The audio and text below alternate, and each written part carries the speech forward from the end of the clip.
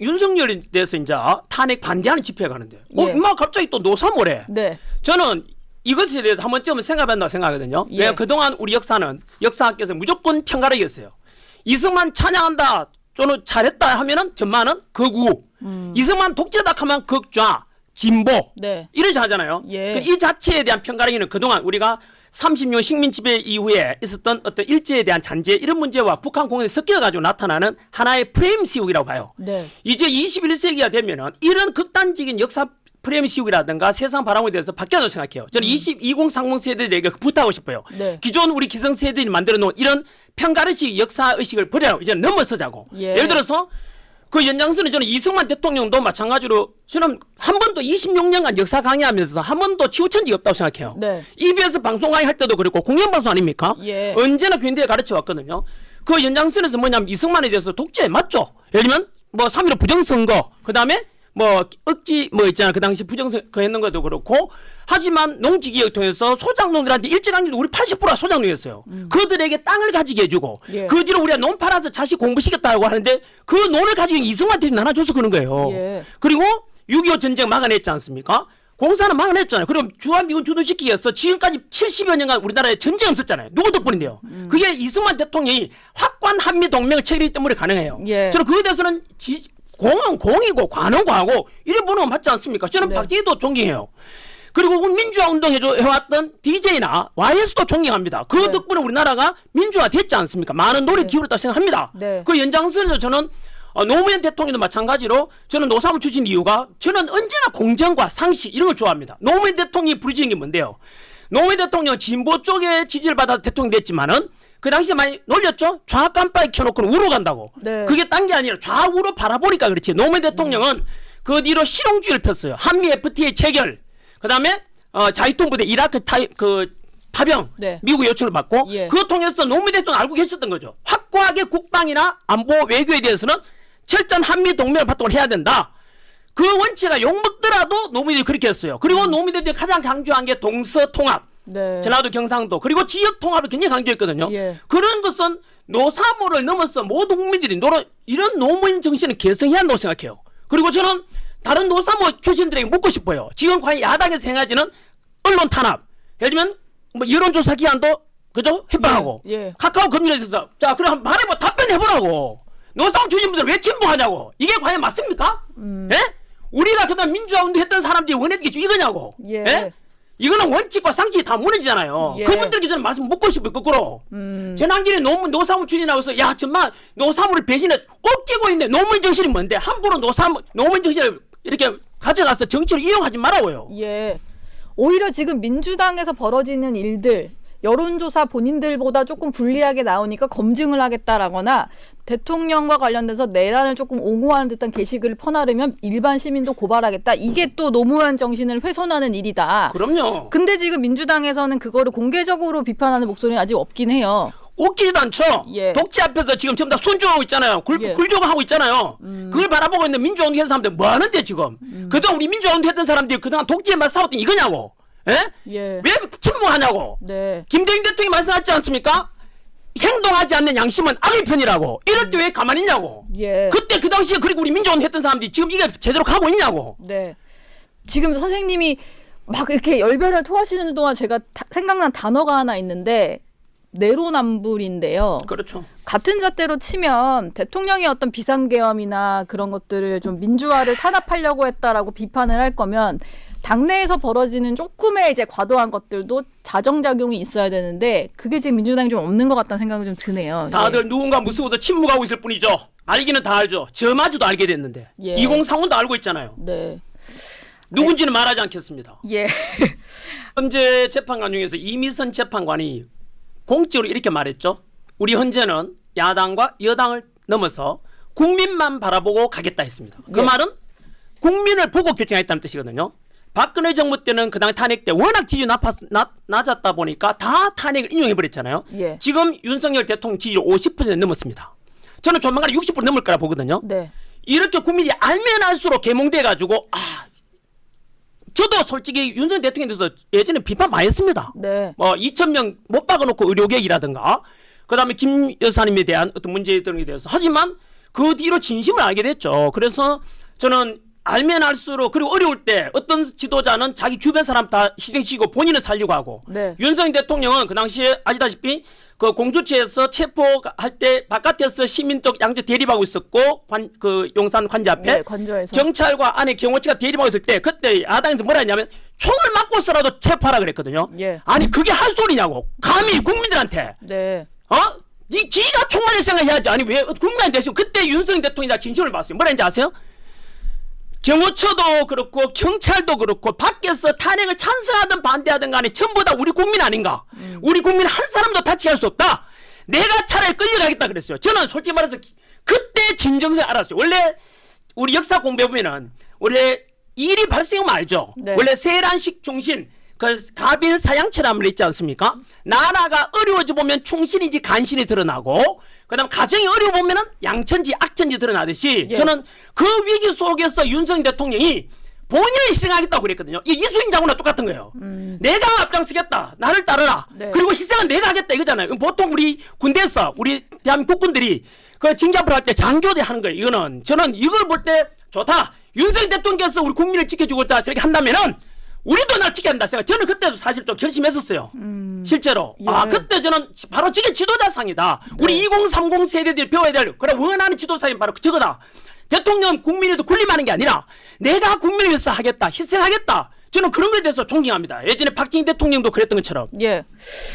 절대 탄핵 인용 못합니다. 왜냐하면 국민들이 지금 지지율 50% 이상이 60% 만약에 나는 윤석열 탄핵을 반대한다.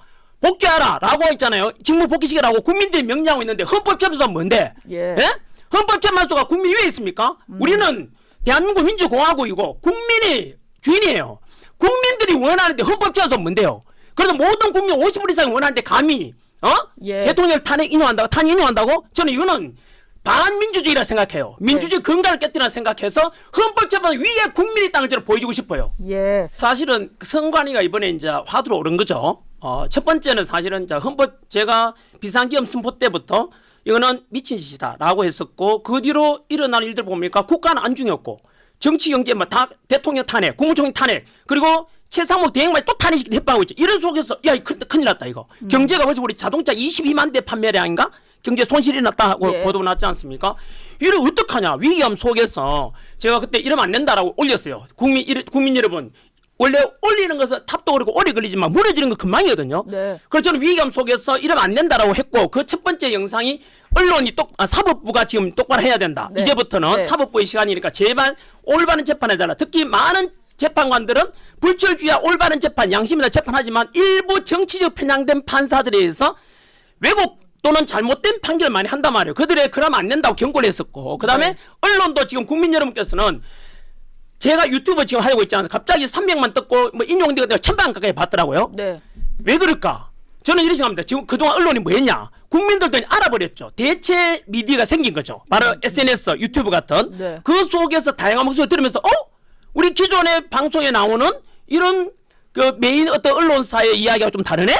그들이 왜 이걸 말하지 않지에 대해서 실체를 파악했습니다. 제가 구체적으로 말하게 되면 또 자극하는 것 같아서 그런데 그런 방송들 저거 해야 됩니다. 그래서 저는 편파 방송에 대해서 막 이런 차에 제 채널이라도 비록 작은 유튜브 채널이지만 네. 내라도 옳은 소리 해줘야 되겠다. 내 제자들 위해서 2030 세대들에게 봐라 지금 대한민국 위기가 사법부 위기다. 언론 위기인 거 알지? 알리고 세 번째가 선관위였어요. 네. 그 선관위도 마찬가지로 저만 의혹 제기한 게 아니고 벌써 지금까지 부정 비리가 1200건이 넘었어요. 또 저 화가 나려고 하는데 생각만 할수록 그 다음에 그 선관위에 대해서 부정 의혹 선거에 대한 것도 예. 그 제가 이야기했지 않습니까? 그 저만 지적한 게 아니라 이재명 야당 대표도 부정성 의혹 있다고 예전에 지적했어요. 이미 언론 다 나왔어요. 예전에 네. 예전에? 예. 야당 김두관 의원도 마찬가지로 제시했었고 그 다음에 여당 의원도 제시했고 심지어 대통령께서도 비상계엄 선포한 이유 중에 하나가 국정원 직원을 보냈는데 제대로 조사 안 받으려고 한단 말이에요. 거부하고 해킹 위험도 있었지 않습니까? 이미 드러났고 예. 그리고 보안이 너무 허술하다. 이거는 이런 걸 이제 미래 맡겨서 이제 이렇게 조사해봤다 했지 않습니까? 그 연장선에서 저는 이야기했고 하나도 제가 새로운 걸 이야기한 거 없어요. 그런데 제가 그걸 지적했는데 갑자기 야당에서 저를 고발한 거죠. 민주당에서. 예. 그냥 본인의 유튜브 계정에 그렇죠. 영상 하나 업로드 하셨을 네. 뿐인데 그걸 가지고 민주당이 뭐 구글에도 신고를 했다 그러고 고발을 어이가 하신 없죠. 거죠. 그래서 네. 오히려 윤석열 대통령의 선관위에 대해서 의혹을 제대로 털고 가자 이번에 라는 게 진정성을 깨달았죠. 본인이 왜냐하면 선거가 이겼음에도 그렇죠. 예. 본인이 졌으면은 억울하니까 야 부정선거다라고 할 건데 거꾸로 생각 한번 해보세요. 내가 이겼어. 그대로 가고 있잖아요 지금요. 예. 하지만 향후에 있을 수 있는 부정성 의혹이 이재명 대표도 제시했고 많은 야당 여당 국회의장도 심지어 선관위에 대해서 문제가 많다고 지적했어요. 국회의장이. 예. 그러면은 이번 기합 틀고 가자는 게 뭐가 나쁘죠? 저는 개인적으로 선관위에 대해서 묻고 싶어요. 네. 그동안 의혹이 이렇게 많았고 문제가 이렇게 많은 집단 아니냐. 제 제자들도 선관위 많이 근무해요. 예. 오명이잖아요. 부끄럽잖아요. 이런 거지. 그러면은 제대로 긍정을 가지고 자부심 가지고 나는 선관위 직원이다 라고 하면 이번 기회에 확실히 털고 우선 따라 힘들겠지만은 그래야만이 다음에 깨끗한 선관위에 대해서 그리고 선거가 우리가 예사로운 문제가 아니에요. 민주주의에는 모든 주권은 국민에 있고 국민이 투표권 행사하는 게 가장 근본이에요. 네. 그죠? 예. 근데 그 선거를 가지고 우리 108세 되신 할머니도 그 한 표 행사하려고 온단 말이야. 그러면 그 눈물겨운 있잖아요. 투표권에 대해서 주권 행사에 대해서 한 표도 속임없이 다 보도가 돼야 되고 있는 그대로 개표돼야 되는데 지금 대만이 그렇게 합니다. 이동도 없고. 근데 부정성을 이야기하면 저도 마찬가지 알지 모를 때는 음모론이라 했는데 그렇지 않습니다. 저도 알고 난 뒤엔 달라졌는데요. 예. 그래서 지금 저는 제가 이야기하니까 뭐 음모론 이라는데 아니 제가 이런 말 했죠. 유튜브 방송에서 우리나라도 수개표해야 된다. 전자개표 전자 말고 했는데 일부를 잘라가지고 언론에서 전한 길은 또 우리나라도 수개표하는데 네가 왜 그러냐라고 했어요. 예. 한 번 더 말씀드리면 제가 지적한 것은 그게 아닙니다. 첫 번째는 우리 사전투표 있죠. 사전투표는 좀 동기 오잖아요. 네. 그거 과연 수개표 한 사람 있습니까? 같이 본 사람 있어요? 없습니다. 네. 사전투표. 예. 원래 투표 개표 방식을 보면 현재 우리 오늘 당일표가 하고 난 뒤에 마지막에 이제 이거 부정선거 오픈하잖아요. 네. 사전선거. 사전선거라든가 관외선거. 네. 그거에 대해서 정확하게 본 사람 있냐 답변해 보라고. 사전투표에 대해서 굉장히 의심스러운 게 많습니다. 그 네. 개표 결과 나올 때 우리가 뭘 보죠? TV에서 전산화에 대해서 득표율 누구 나오잖아요. 네. 그거 본 사람 있습니까 그거?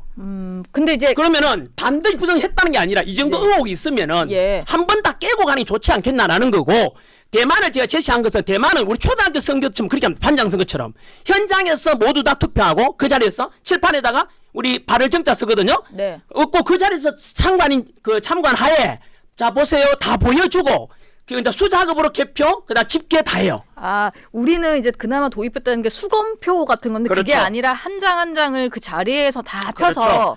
수개표로 해야 된다. 그때 제 예. 제자들도 그날 당일날 선거에 다 얼마나 참가 많이 하고 우리 집 사람도 그렇고 근무해요. 네. 그러면은 그 가보면은 그 보는 데서 선생님 이 많은 사람 보는데 어떻게 부정성을 해요? 말이 되는 소리를 하는데 네가 몰라서 그렇다고. 예. 내가 그걸 모르냐고. 우리 국민들 다 보고 있는데 TV에. 네. 그때 보면은 현장에도 마찬가지로 이렇게 하지만은 통계는 저 보면은 그 있잖아요. 예. 주로 들어가잖아요. 네. 그 속에서도 마찬가지로 그걸 나중에 통계될 때 실제 투표수와 득표수에 차이가 있을 수도 있고. 실제로 저는 많은 자료가 있습니다. 지금도 뭐 예. 방송 가보시 유튜브 보면은 제가 제시할 것도 많습니다만은 또 이야기하니까 또 그 음모론자에 대해서 다른 애라는데 웃기다. 절대 그렇지 않습니다. 예를 들면 민경호 의원이라고 있지 않습니까? 예. 그다음 질문 있나요 혹시? 민경호 의원 질문이 마침 있었는데 네. 뭐 일단 먼저 말씀을 네. 주시면 예, 제가 듣고 민경호 네. 의원도 저는 국회 떨어져. 부정선거 음모론을 뭐 펴려고 하신다는 게 아니라 선거니까 그렇죠. 이렇게까지 조금 그동안의 어떤 선거 부실 관리를 했다거나 뭐 그런 일 있어야 된다고 생각해요. 지금 전환기 선생님의 어떤 설명을 저희가 듣기는 했고 이제 일반 방송사에서는 이 부정선거에 대해서 어떤 의견을 고 선관위는 지금도 여전히 부정선거는 없었다라고 해명을 하고 있다는 점, 일단 전 선생님의 개인 의견임을 다시 한번 알려드리고 네, 그럼 국민들이 판단할 거라 믿습니다. 예, 그동안 판단은- 그렇게 의혹이 많았던 선관위에 대해서 과연 신뢰할까 그 보도 자료를. 예, 선관위는 지금도 여전히 부정선거는 없었다 상태이고 그리고 어쨌든 민경욱 의원의 대법원까지의 최종 판결은 다 드러나 있는 상황이고 그렇죠. 거기서는 없었다라는 결론을 내렸고 선관위 얘기를 하시니까 이게 부정선거에 대해서 토론을 해보자라고 이준석 개혁신당 의원이 원래는 황교안 전 국무총리 얘기만 하다가 그래가지고 옳으니 그르니 또는 가치에 대한 문제는 토론해야 되죠. 국민들이요 이게 옳겠습니까? 이게 옳겠습니까에 대해서 네. 가치 문제입니다. 이거는. 근데 부정선거에 관한 의혹은 사실 문제예요. 예. 사실은 옳다 그렇다가 아니라 또는 가치에 대한 문제는 토론해야 되죠. 국민들이요 이게 옳겠습니까? 이게 옳겠습니까에 대해서 네. 가치 문제는 2030 세대 여기서 저는 판단할 거라 봐요. 네. 자 누가 너 떨어지라면 선관위에서 고발하라고 네. 공병호를. 예. 이거 왜냐? 윤석열도 마찬가지로 네. 지가 모르니까 그런 거야. 예. 저도 그랬다니까 이준석 의원처럼 모를 때는 뭐 이랬는데 오픈하자잖아요. 전부 다. 예. 업무원이라 치부하고 덧벌리는 사람들이 그자가 범인들이죠. 괜히 천안기를 두고 나온 이유는 저는 모르 국면도 약간 전환용 아닌가 싶어요. 현재 그 개혁신당 안에 허은하인가 뭐 그때 허은하 같이 대표. 예, 뭐 네. 분당 위기 있던 것 같은데 지금 보니까 거의 예. 뭔가 국면 전환 의원인 것 같은데 모셔서 따로 좀 얘기를 특별수사본부에서 대통령을 구속 했습니다. 예. 검찰은 제목은 검찰에 대한 실망과 어떻게 좀 보셨어요? 네 그거에 대해서 예. 네, 검찰 특별수사본부에서 대통령을 구속 기소를 했습니다. 현직에 그 의혹도 이야기했으니까 예. 국민들이 관심을 가지겠죠. 네. 대통령 얘기를 좀 하고 마무리를 해볼까 하는데 어제 뭘 또 쓰신 게 글 하나 있어요? 읽어드리겠습니다. 예, 예. 뭔지 아십니까? 누가 쓰신 글일까요? 바로 전 중앙지검장. 성하면 사람들은 반드시 응분의 책임을 지게 될 것입니다. 예. 뭔지 아십니까? 누가 쓰신 글일까요? 바로 전 유창. 검찰 뭐 법조계 내부에서도 의견은 조금 분분한 것 같은데 네. 그 말로 좀 대신하시겠다 이렇게 좀 이해를 하면 되겠지요? 네. 예. 마지막 질문으로요. 호응을 하는 뭐 원래도 이제 젊은 층의 지지를 많이 받으시는 일타 강사이시지만 네. 2030의 응원을 많이 받고 계셔서 혹시 이러다 정치하시는 거 아니야 이런 생각이 들었는데 좀 일찌감치 뭐 정치 뜻 없다 대선 출마 뭐 이런 얘기 뭐 그런 생각 없다라고 하셨어요. 근데 실제로 현실 정치는 관심 없으세요? 네, 저는 국회의원이나 대통령 같은 선출직에 나가지 않습니다. 그래서 2030 세대들을 위해서 제가 욕먹으면서도 오죽하면 지난 길이 나왔겠냐 해서 진실을 알려지고자 하는 일이고 예. 이것을 향후 이 일을 계속할 겁니다. 그래서 저는 국민 2030 세대 이것이 올바른 길이다. 대한민국이 나아야 될 바른 길이다. 이다 아젠다를 제시해주고 예. 그런 것에 대해 이끌어가는 선생으로서 역할을 할 겁니다. 그 도산 안창호 선생이 꿈에라도 거짓말하지 마라고 했듯이 저 역시 마찬가지로 제가 이익을 얻으려고 한다면 거짓말해야 되겠지만 저는 예. 이익을 얻고자 한 게 없습니다. 손해봐가면서도 청년들을 위해서 내 가르친 제자들을 위해서 모든 것을 그냥 있는 그대로 알려주고 네. 올바른 판단하는데 도움을 주고 제가 이익을 얻으려고 한다면 거짓말해야 되겠지만 바른 길이다. 이다 아젠다를 제시해주고 예. 그런 것에 대해 이끌어가는 선생으로서 역할을 할 겁니다. 그 이제 진짜 마지막으로요. 네. 대통령의 어떤 탄핵 소추 이후에 보수 지지세가 결집이 되면서 정당 지지율도 올라가고 대선 주자 같은 경우에도 최근에 보면 이재명 대표랑 두 사람 중에 좀 눈여겨보는 후보가 있으실까요? 뭐 현재 당장 드러난 거는 뭐 우리 오세훈 시장이나 그 다음에 뭐 김문수 있고 그 외에 아직은 덜 드러나다 생각 더 많아지면 좋겠어요. 그래서 이렇게 안 됐어요. 하지만 이런 21세기형 한미적이고 시간이 너무 짧아서 다음에 다시 한번 모셔야 될 것 같은데 네. 연휴 기간에도 이렇게 나와주셔서 오늘 감사합니다. 말씀 여기까지 듣겠습니다. 네, 감사합니다. 고맙습니다.